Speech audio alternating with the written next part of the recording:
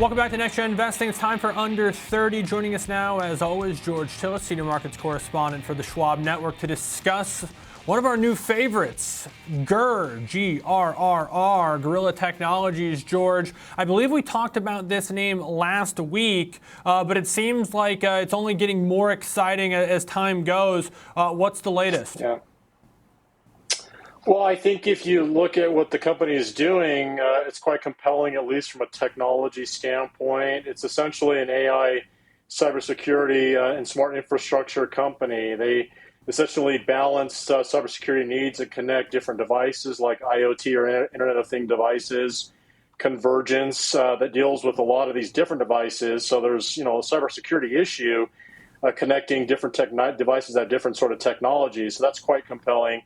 The other thing is if you go back even last year, the company's been securing contracts with Thailand and the governments in Thailand for essentially setting up a smart grid system where they're providing public safety, facial recognition technologies, traffic management technologies, as well as securing industrial complexes, which include things like water treatment plants and industrial plants and electricity plants. So in essence, they're now moving towards purchasing a company in Thailand, an AI-based company. So they're integrating their technologies, as I would say, quite well with that region of the world. Now, this is an application software company that's based out of the UK, but they're basically converting or converging multiple IoT-based technologies within their network infrastructure.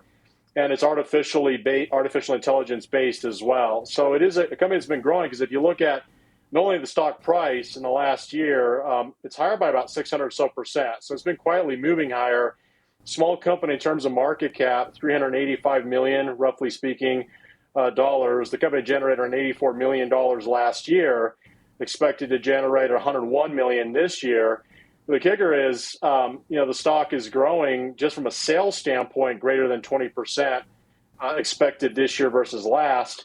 But just from an earnings standpoint, the company last year was expected for this year to earn only 28 cents. Now that has actually moved higher by close to threefold to 97 cents. So the company is expected to continue to grow its earnings alongside sales, and effectively, as a small cap company, they're generating some big contracts. Some suggest that contract over time with just with Thailand or in Thailand is worth about $1.8 billion.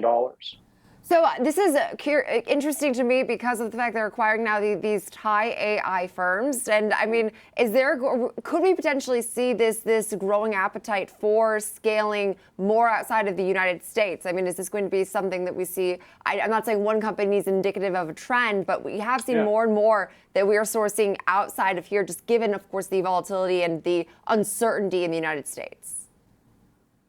Well, I think, places in like Thailand, I haven't been to places like Bangkok or anything like that, but essentially they're very concentrated urban centers. A lot of people, a lot of population density. So, if you're dealing with, just think about this, if you're dealing with autonomous driving technologies, and then you want that technology to be connected with, traffic management in urban centers like very dense urban centers, and then also smart infrastructure, there has to be sort of an intermediary technology, and that's essentially what Gorilla provides the marketplace, because they do connect multiple different technologies. And I think it's important here. It's not just about, hey, this is a Tesla autonomous car that's connected to, for instance, a satellite network or a 5G network. They're basically connecting multiple technologies together.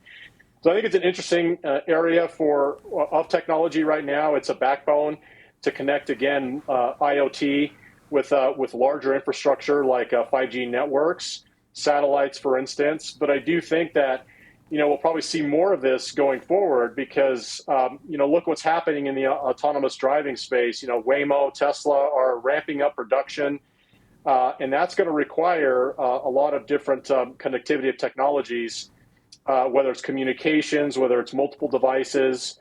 With the complexity of integrated technologies converging, you need some technologies to essentially help integrate those together. And I think that's what Gorilla does, and I think that's why potentially it's compelling. George, who would be its biggest competition in this space that's already existing? Or are they creating new opportunities in their new technology?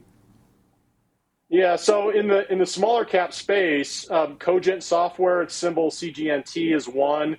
MGIC is another one. I think we've actually talked about that as a company that is based out of China that does develop these similar technologies. So these are two that are now in the smaller cap space. I'm sure there's some other larger companies out there to which this technology that they're developing, very similar to GRRR's, exists. But from a smaller cap company, GRRR seems to be leading the pack compared to some of those other players like Magic or Cogent.